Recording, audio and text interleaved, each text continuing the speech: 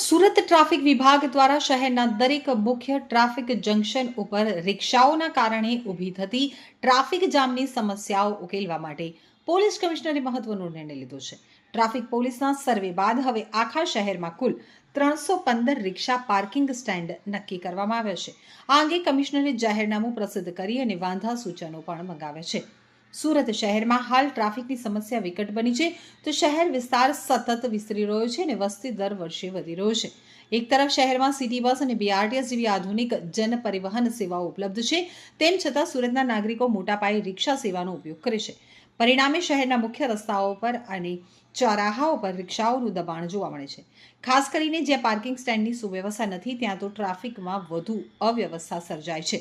તો રિક્ષાઓ મુસાફરોને બેસાડવા અને ઉતારવા માટે ચોરાહા કે માર્ગ વચ્ચે ઊભી રહી જાય છે અને ટ્રાફિકમાં વધારો કરે છે।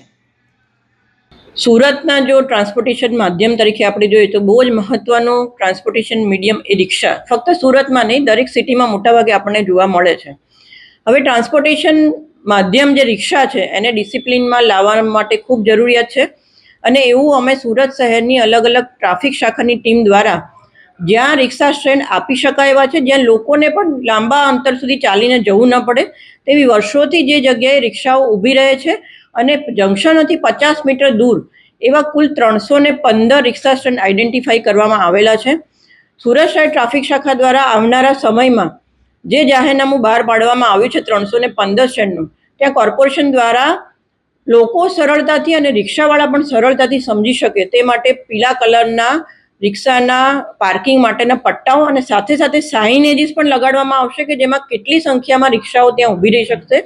એવું દર્શાવેલું હશે અને આ સાઇન બોર્ડ અને આ પટ્ટા મુજબ જ રિક્ષાવાળા એ જગ્યાએ ઊભી રાખે એવો પ્રયત્ન સુરત શહેર ટ્રાફિક શાખા દ્વારા કરવામાં આવશે। લોકોની સગવડતાને ધ્યાનમાં રાખવાની સાથે સાથે રોડ ડિસિપ્લિન પણ જળવાઈ રહે તે અત્યંત જરૂરી છે અને લોકોની સગવડતા પણ જાળવવું ખૂબ જરૂરી છે। એટલે આ તબક્કે રિક્ષા એસોસિએશનની અવારનવાર ટ્રાફિક શાખા સાથે મિટિંગ પણ થયેલી છે, એમને સમજ પણ કરવામાં આવેલું છે અને મિટિંગમાં એમના જેટલા પણ સજેશન્સ હતા કે એમને કઈ જગ્યાએ રિક્ષા સ્ટેન્ડ જોઈએ છે, ક્યાં જરૂરિયાત છે, ટ્રાફિકમાં અડચણરૂપ ન હોય તેવી જગ્યાએ એમને રિક્ષા સ્ટેન્ડ આપવામાં આવેલા છે અને હજી પણ જો રિક્ષા ચાલકો અવારનવાર અમારા જે પણ સૂચનાઓ છે એનું પાલન નહીં કરે તો ચોક્કસપણે આવી રિક્ષાઓ ડિટેન કરી અને એમને આરટીઓનો મેમો આપવામાં આવશે અને કાયદેસરની કાર્યવાહી તો કરવામાં આવશે જ।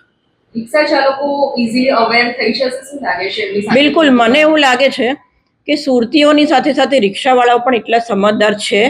અને જો એમને કન્ટિન્યુઅસ એ બાબતે સમજ કરવામાં આવે કે તમારી રોજીરોટી પણ આની સાથે સંકળાયેલી છે અને લોકોનું જે અંતર કાપવા માટેનું માધ્યમ છે એ પણ લોકો માટે સરળતાથી મળી રહે તે ખૂબ જરૂરી છે અને જો પહેલા સમજથી કામ લઈ અને પાછળથી જો જે પણ સમજ નથી મેળવી શકતા એવા રિક્ષા ચાલકો વિરુદ્ધ કાર્યવાહી કરવામાં આવશે તો ચોક્કસપણે રિક્ષામાં જે અત્યારે ઇનડિસિપ્લિન દેખાઈ રહ્યું છે એમાં ચોક્કસ સુધારો આવશે એવું મારું માનવું છે।